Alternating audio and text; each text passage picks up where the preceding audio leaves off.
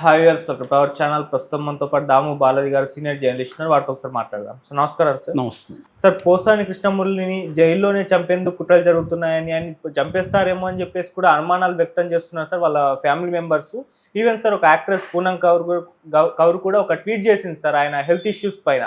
So ఏం జరుగుతుంది మరి? పోసాని కృష్ణమురళి హెల్త్ ఏ విధంగా ఉంది? నిన్నంతా కూడా హైడ్రామా నడిచింది కదా, ఆయన అస్వస్థత అని చెప్పేసి, హార్ట్ స్ట్రోక్ అని చెప్పేసి, మరి పోలీసులేమో అది ఎంత ఫేక్ అని కూడా అంటున్నారు. ఏం జరుగుతుంది మరి? ఆయన చంపేందుకు ఏమన్నా కుట్రలు జరుగుతున్నాయంటారా? మీరేం చెప్తారు సార్? కొద్దిగా అంటే ఏదో సంథింగ్ రాంగ్ అనిపిస్తుంది. ఎందుకంటే సిఐకి ఏం పని?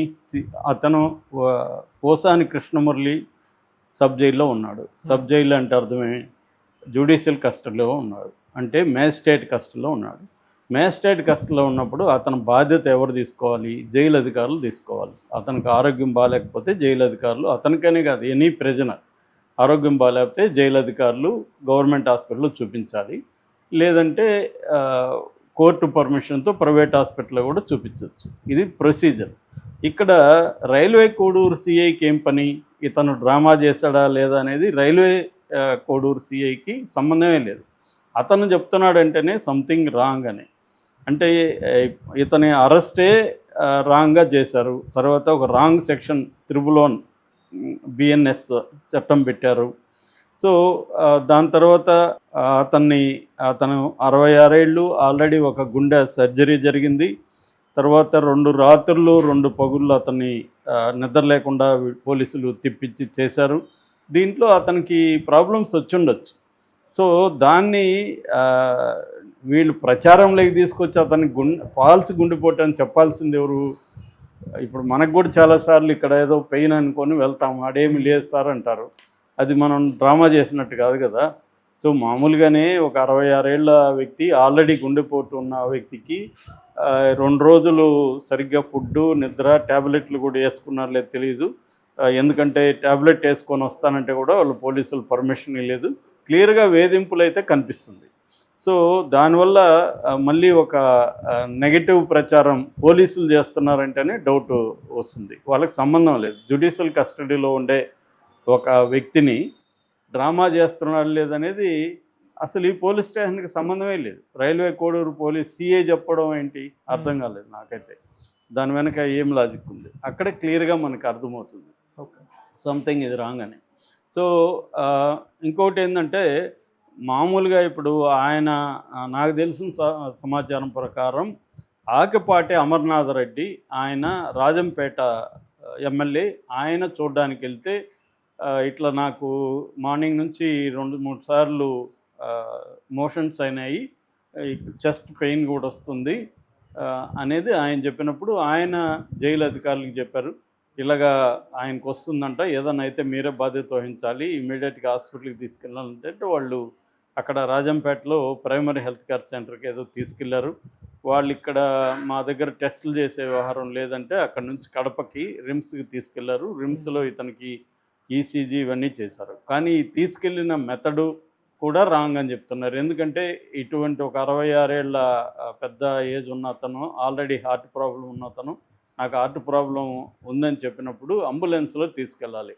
కానీ పోలీస్ వ్యాన్లో పోలీసులు 2 మధ్య కూర్చోబెట్టుకొని గాలి కూడా ఆడనీయకుండా తీసుకెళ్లారనే విమర్శ ఉంది. సో అక్కడైతే టెస్టులు చేశారు. టెస్టుల్లో అంతా నార్మల్ ఉంది, ఏం ప్రాబ్లం లేదు, ట్యాబ్లెట్లు ఇప్పుడు వాడుతున్నవి కంటిన్యూ చేయండి అని వాళ్ళు చెప్పారు.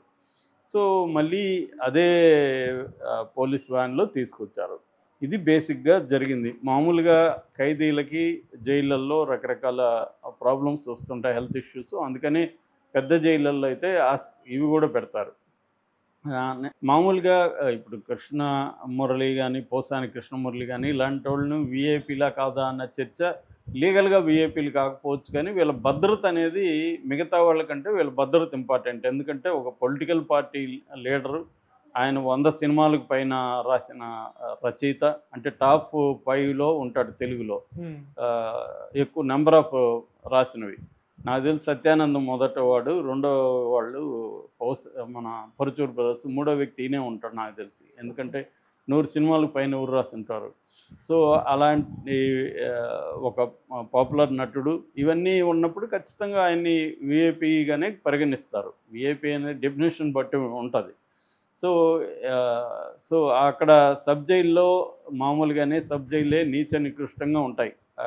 ఏ రకమైన పరిస్థితులు ఉండవు. రెండోది ఏంటి, నేను చాలాసార్లు చెప్తుంటాను, కన్విక్టెడ్ ప్రిజనర్స్ వేరు, రిమాండ్ ప్రిజనర్స్ వేరు. రిమాండ్ ప్రిజనర్స్ అనేవాళ్ళు నేరం ప్రూవ్ అయ్యే వరకు వాళ్ళు దోషులు కాదు, దోషిగా వాళ్ళని పరిగణించకూడదు. వాళ్ళు ఏంటంటే బయట ఉంటే సాక్షుల్ని బెదిరిస్తారేమో, సాక్ష్యాధారం తారుమారు చేస్తారేమో, లేకపోతే విదేశాలకు వెళ్ళిపోతారేమో అని జైల్లో పెట్టడం తప్ప వాళ్ళు నేరం చేశారని కాదు యాక్చువల్గా. కానీ మన ప్రచారం ఎలా ఉంటుందంటే జైలుకి పోయిన ప్రతి ఒక్కడు నేరస్తుల్లాగా అతనికి కూడా ఎందుకు జైల్లో కూడా మీకు మంచి సౌకర్యాలు ఇవ్వాలా అని మాట్లాడుతుంటారు. అంటే వీళ్ళ అజ్ఞానాన్ని ప్రదర్శిస్తూ ఉంటారు తప్ప అందులో ఏమీ లాజిక్ లేదు. ఖచ్చితంగా ఇవ్వాలి, ఎందుకంటే అతను ఎవరైనా, ఇతనైనా కాదు ఎవరైనా రిమాండ్ ప్రయోజనాలు అంటే నిర్దోషి కింద లెక్క. కానీ మన జైళ్ళు ఎలా ఉంటాయి, అలాగ ప్రత్యేక జైళ్ళు లేవు రిమాండ్ ప్రిజనర్స్కి. ఓన్లీ ప్రత్యేక బ్యారక్కులు ఇచ్చి కొంత బెటర్ సౌకర్యాలు ఉన్నాయా జైళ్ళల్లో వీళ్ళకి అంటే అవి కూడా లేవు. శిక్ష పడిన వాళ్ళకి ఎలా ఉండాలనేది వేరే చర్చ. శిక్ష లేని వాళ్ళకి ఇట్లా అక్రమంగా కేసులు పెట్టి ఇది రాజకీయ కక్ష తప్ప ఏమీ లేదు. ఎందుకంటే ఇంతకంటే ఘోరంగా తిట్టిన వాళ్ళు మన స్పీకర్, డిప్యూటీ స్పీకర్లో ఉన్నారు. ఇప్పుడు పదవులు ఇచ్చారు చంద్రబాబు. మరి వాళ్ళ వీడియోలు కూడా ఇప్పుడు వైరల్ అవుతున్నాయి. ఇద్దరు కంపేర్ చూడండి, ఎవరికేం తేడా లేదు, ఇద్దరు అంతే. ఇతను ఘోరంగా తిట్టాడు, పోసాని కృష్ణమురళి ఘోరంగా మాట్లాడాడు పవన్ కళ్యాణ్ గురించి, వాళ్ళ స్త్రీల గురించి, బిడ్డల గురించి. ఇతనికి భయంకరమైన నోటుదోల. అదేవిధంగా అంతే నోటుదోలు ఉన్న వాళ్ళను అక్కడ బ్రహ్మాండమైన పదవుల్లో చంద్రబాబు కూర్చోబెట్టాడు. మరి వాళ్ళకి ఈ నోటుదోలు ఉంది, ఇలా తిట్టారు కాబట్టి నేను పదవులు ఏమన్నా చంద్రబాబు చెప్తాడా? ఇక్కడ ఎవడూ నీతిమంతులు లేదు. ఇదంతా కూడా పెంటకుప్ప రాజకీయాల్లోనే. అందరూ ఒకటే ఇందులో. చంద్రబాబు ఏమీ అతీతుడు కాదు, జగన్ అతీతుడు కాదు, అందరూ అదే. వీళ్ళు ఏంటంటే అధికారం వచ్చినాక ప్రతీకారం తీర్చుకోవడానికి చేయడం, వాళ్ళని టార్చర్ చేయడం, ఇది కనిపిస్తుంది. సో దీంట్లో ఏంటంటే ఇప్పుడు దీని మీద మళ్ళీ ఎప్పుడైనా ఒక కుక్కని చంపేసినాక ఇది పిచ్చి కుక్క అని ప్రచారం చేస్తారు. ఎందుకంటే అందరూ కూడా పిచ్చి కుక్క అంటే ప్రశాంతంగా ఉంటారు, మంచి కుక్కని చంపేస్తే అయ్యో ఉంటారు. సో అలాగా ఇతన్ని అరెస్ట్ చేసినాక సడన్గా ఇతని వీడియోలంతా బయటికి తీసి ఇతను ఎలా తిట్టాడు అని చెప్తాను. మరి ఇలా తిట్టాడు అన్నప్పుడు అవతల వాళ్ళ వీడియోలు కూడా పెట్టాలి కదా. ఇదే ఆయన ఎవరు అయ్యన్న పాత్రుడు ఎలా తిట్టాడు జగన్ని, ఆ వీడియోలు ఉన్నాయి కదా. బండబూతులు తిట్టాడు కదా పబ్లిక్ మీటింగ్లలో. చంద్రబాబు ఎదురుగా తిట్టలేదా? ఇదే చంద్రబాబు, ఇదే లోకేష్ సీఎంను పట్టుకొని సైకాన్ని మాట్లాడలేదా వీళ్ళు? సో కాబట్టి ఎవరికి తేడా లేదు ఇక్కడ. తిట్టిన దానికే కేసులు పెట్టేటైతే అందరి మీద పెట్టాలి, రాజకీయ నాయకుల మీద. ఎవరు మినహాయింపు లేదు. సరే అది కూడా ఓకే, కేసులు పెట్టండి మీరు, తప్పు లేదు. కానీ ట్రీట్మెంట్ చేసేటప్పుడు ఏంటంటే జైళ్ళల్లో ప్రమాదకరంగా ట్రీట్ చేయడం, వాళ్ళ ఆరోగ్యాల్ని ఇచ్చేయడం, దాన్ని మళ్ళీ డ్రామా చేశాడని తెలుగుదేశం మీడియా ప్రచారం చేయడం, ఇది ఘోరమైన విషయం.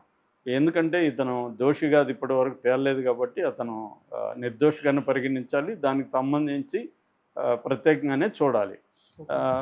అది ఒకటి. రెండవది, దీనికి సంబంధించి జైళ్ళల్లో ప్రాణభద్రత అనే పరిస్థితి వస్తే మన ఇండియాలో ఎవ్రీ ఇయర్ దాదాపు 2000 మందికి పైన జైళ్ళల్లో చనిపోతున్నారు మిస్టీరియస్ కారణాలు.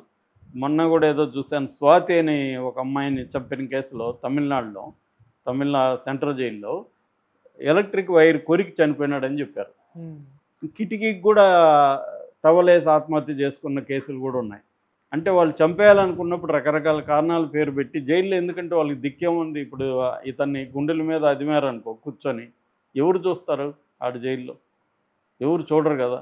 వాళ్ళు డిసైడ్ అయితే చంపడం ఎంతసేపు.